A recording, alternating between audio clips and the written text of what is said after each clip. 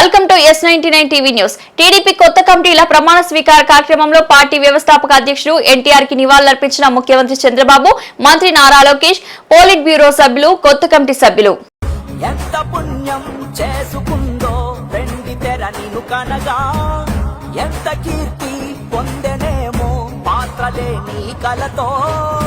అడుగులా రాముడు నీవే, గోకులా కృష్ణుడు నీవే, హరుడు శ్రీహరుడు అన్నీ నీవేగా.